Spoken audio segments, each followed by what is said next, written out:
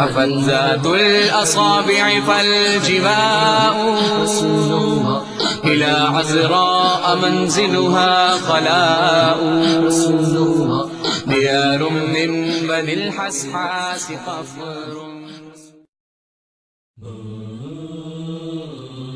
الحمد لله والصلاة والسلام على رسول الله، اما بعد. از حضرت عیاض بن حمار رضی الله عنه روایت است که پیامبر خدا صلی الله علیه و سلم فرمودند: خداوند به من وحی فرمود که نسبت به همدیگر متواضع باشید، یعنی فروتن و شکسته حال باشید، تا کسی بر دیگر تکبری نکند و یکی بر دیگر ظلم و ستم ننماید. روایت مسلم. معنی تکبری خود را از دیگران بالا و برتر دانستن است.